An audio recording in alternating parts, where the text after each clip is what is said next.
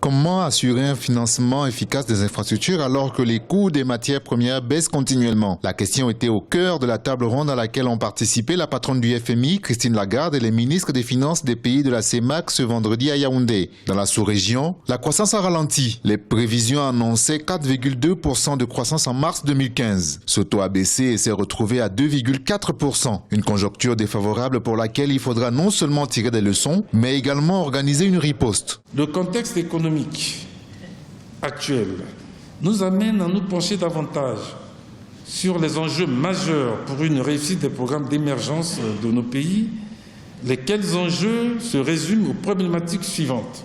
Premièrement, la question des relais de croissance hors pétrole à moyen terme, ainsi que, deuxièmement, la fragilité des finances publiques, le risque de la reprise de l'endettement et le financement des soldes budgétaires. Le cours du pétrole à $120 il y a 2 ans a permis de doper l'activité et propulser l'investissement, notamment dans le secteur des infrastructures. Avec un baril à moins de $30 aujourd'hui, l'activité ralentit et les tensions budgétaires s'accentuent. Une réalité pour laquelle il faut s'adapter pour retrouver une stabilité macroéconomique. La stabilité macroéconomique devra passer par des politiques budgétaires judicieuses et des réformes structurelles résolues, propres à renforcer 2 choses.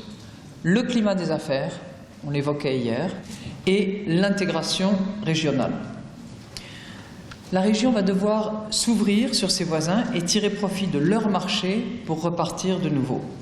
Et il y a à mon sens 3 priorités.